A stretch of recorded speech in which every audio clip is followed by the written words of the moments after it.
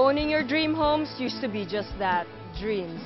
But now, with the new programs of the Pag-ibig Fund, under the stewardship of Vice President Jejo Marbinay, owning and building a family home is well within reach. With more affordable membership contribution rates, anybody can now be a member of Pag-ibig. It's one step closer to achieving your dreams of owning a home.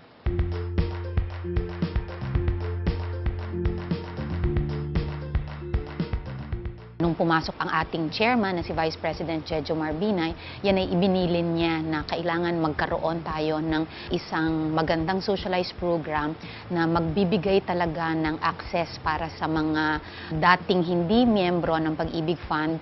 Ito yung mga nasa non-formal sector. So kahit ang ating mga kasambahay, ang ating mga drivers, ngayon bukas na ang pintuan ng Pag-ibig Fund sa kanila. Yun ang umuupa ng 2,000 isang buwan.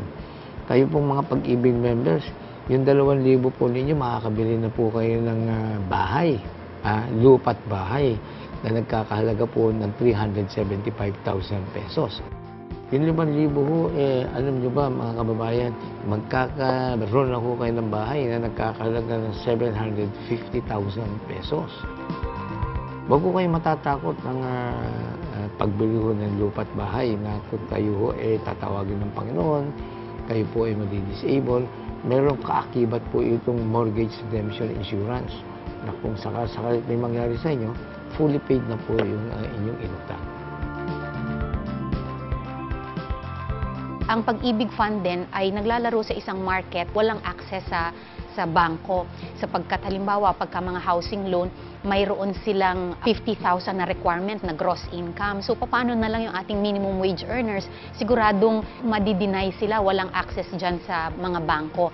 Yun ang talagang bulko ng market ng Pag-ibig Fund. Mga mahihindian sa bangko, pwede yan sa Pag-ibig Fund.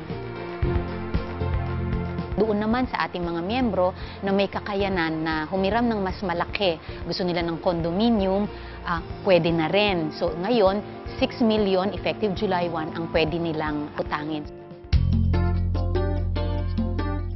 Dati-dati, ang Pag-ibig Fund nagre-require ng loan counseling. Ibig sabihin, kailangan silang mag-schedule pa, pumunta sa opisina, makinig ng loan counseling. Ito ay isa sa mga steps na tinanggal na rin ng bagong board dahil maraming natutulog lamang dun sa loan counseling na iyon. So ngayon, magbibigay na lang kami ng mga flyers at nandun na sa mga opisina namin, sa mga TV, kung ano ang mga dapat bang alalahanin ng isang humihiram ng housing loan.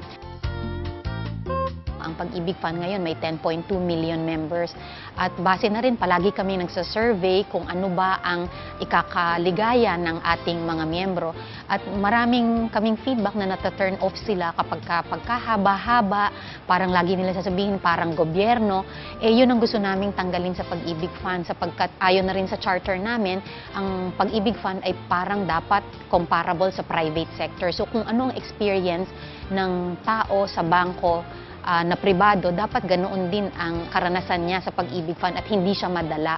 So, in-examine namin ano ba yung mga steps na pwede nang wala yon at pwedeng i-collapse na lamang sapagkat alam natin na busy-busy ang ating mga tao, yung pamasahe, ang taas, so kung pupunta pa sila ng 5 beses sa ating opisina, ngayon napababa namin sa 2 na lamang.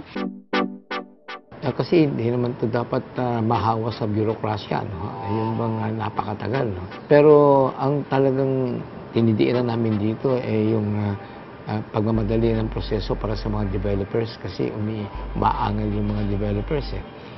Hindi nila kagad makamit, hindi kagad nila makuha yung mga tax incentives. So, tinutulungan namin sila sa BIR, at pagkatapos kung maaari ho, maparibas kagad ng titulo kasi yun ho magiging batayan ng pagbabayad doon sa binibili ng mga Pag-ibig members.